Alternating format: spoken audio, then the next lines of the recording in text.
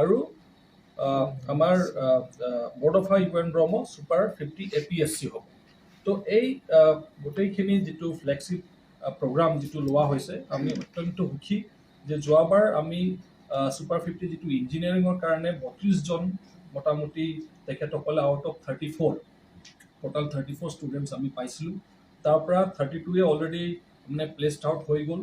তাৰ ভিতৰত আমি অত্যন্ত সুখী যে আমাৰ দেশৰ মানে যিটো চবতকৈ প্ৰেষ্টিজিয়াছ যিবিলাক ইনষ্টিটিউট, বিশেষকৈ আমাৰ Indian institute of technology IIT, তো গোটেই ভাৰতত আমাৰ 12জনে অলমষ্ট বিভিন্ন IITs তেখেতসকলে অলৰেডি প্লেচড আউট হৈ গ'ল আৰু 20জনে বিভিন্ন আমাৰ NITs বিলাকত আৰু আসাম ষ্টেট ইঞ্জিনিয়াৰিং কলেজবিলাকত তেখেতসকলে অলৰেডি প্লেচড আউট হৈ গ'ল। তো এইটো আমাৰ কাৰণে ডাঙৰ এটা achievement যে আউট অফ 32 প্লেচড আউট হৈ গ'ল।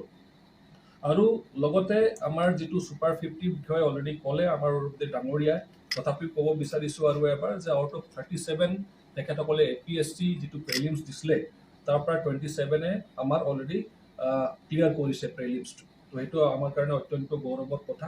এই বছৰৰ পৰা আমি যিহেতু আকৌ আমি সুপাৰ 50 MBBS যিটো ফ্লেগশ্বিপ প্ৰগ্ৰাম সেইটো লঞ্চ কৰিছোঁ। তো তাতে আমাৰ 50জন অলৰেডি ষ্টুডেণ্ট আছে, অলৰেডি কোৰ্চ আৰম্ভ হৈ গ'ল।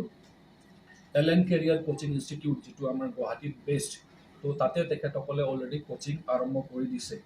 আৰু লগতে আমাৰ যিটো সুপাৰ 50 APSC তাতেও 50জন দিয়া হ'ব। চিলেকশ্যন ক্ৰাইটেৰিয়া অলমষ্ট এইকেইদিনত ফিল আপ হৈ যাব, তেতিয়া তেখেতসকলে কণ্টিনিউ কৰিব আমাৰ অসমতেই। আৰু লগতে যিটো সুপাৰ 50 UPSC, এতিয়া আমি এই বছৰ যিটো আউটকাম বা ৰিজাল্ট চালোঁ, তাতে আউট অফ টপ 10 মানে 7জনে মানে তেখেতসকলে মানে তেখেতসকলে পাছ আউট কৰিলে বা ক্লিয়াৰ কৰিলে তেখেতসকলৰ UPSC এক্সামখিনি। তো এইটো হৈছে আমাৰ Bajirao and Reddy coaching institute. তো সেই Bajirao and Reddy coaching institute new দিল্লীত এইটো আউট অফ মানে যিমান টপ 10 পাইছে তাৰ ভিতৰত 7জনেই আমাৰ বাজিৰাও এণ্ড ৰেড্ডি কোচিং ইনষ্টিটিউটৰ পৰা তেখেতসকলে মানে ক্লিয়াৰ কৰিল UPSC এক্সামটো। সেইকাৰণে আমি এইখন ইনষ্টিটিউটক এইবাৰ চিলেক্ট কৰিছোঁ। এবাৰ যিমান 50জন চিলেক্ট কৰা হ'ব UPSCৰ কাৰণে, তেখেতসকলে এইখন ইনষ্টিটিউটত যাব। তো এইটো হ'ল মই অকণমান ব্ৰিফিং দিলোঁ আমাৰ যিমান সুপাৰ 50 প্ৰগ্ৰাম চলি আছিলে সেইটো বিষয়টো লৈ।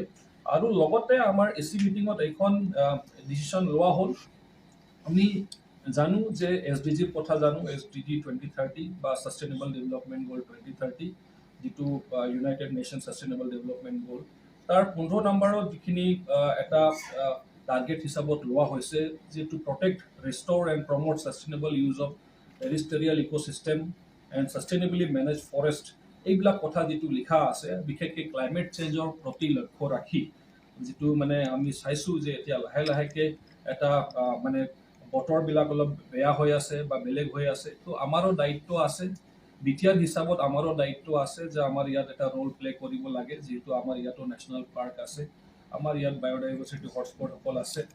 তো সেইকাৰণে আমি BTC vision 2030 for green Bodoland হিচাপে আমি এটা মানে টাৰ্গেট লৈছোঁ।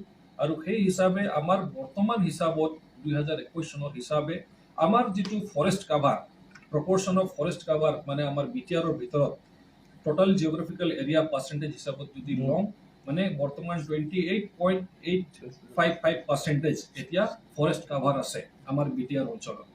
আৰু সেইটো আমি টাৰ্গেট কৰিছোঁ যে অহা 2025-26ৰ ভিতৰত সেইটো ফৰেষ্ট কাভাৰটো ইনক্ৰিজ হ'ব লাগিব টু 30%। আৰু আমাৰ বাই 2030 চনৰ ভিতৰত আমি টাৰ্গেট কৰিছোঁ যে আমাৰ ফৰেষ্ট কাভাৰটো হ'ব লাগিব অলমষ্ট 33%। তো এইখিনি আমি অকণমান গ্ৰীণ বড়োলেণ্ড হিচাপে আমি এইটো প্ৰমোট কৰিব বিচাৰিছোঁ। আৰু এইটো আমাৰ ছ'চিয়েল ফৰেষ্ট্ৰি বা হিউমেন এফৰেষ্টেশ্যন যাক কওঁ, সেইটোৰ জৰিয়তে বা বিভিন্ন ট্ৰি আমি প্লান্টেশ্যন কৰিম। আপাৰ্ট ফ্ৰম যিটো ফৰেষ্ট এৰিয়া আছে তাৰ বাহিৰতো সেইবিলাক অকণমান আমাৰ ফালৰ পৰা এটা সিদ্ধান্ত লোৱা হৈছে। আৰু আমি জানো যে অসমৰ মাননীয় মুখ্যমন্ত্ৰী ডক্টৰ হিমন্ত বিশ্ব শৰ্মা ডাঙৰীয়াৰ নেতৃত্বত অসম চৰকাৰ ফালৰ পৰাও এটা অলৰেডি এনাউন্স কৰিছে বা অলৰেডি এটা কেম্পেইন চলি আছে যে আমাৰ গ্ৰীণ কাভাৰটো মানে এতিয়া মানে বঢ়াব লাগিব বুলি। আৰু সেই হিচাপে ষ্টেট লেভেলত তেখেতসকলে 1 crore চেপলিংছ মানে 2 অক্টোবৰ 2023 গান্ধী জয়ন্তীৰ দিনত তেখেতসকলে টাৰ্গেট লৈছে যে 1 crore চেপলিংছ মানে বৃক্ষৰোপণ কৰা হ'ব। তো সেই হিচাপত আমিও mission green Bodoland plantation programme এটা আমি ল'বলৈ আৰম্ভ কৰিছোঁ, যিটো আমাৰ মানে এতিয়া মিছন হিচাপত মিছন আকাৰত আমি ল'ব বিচাৰিছোঁ।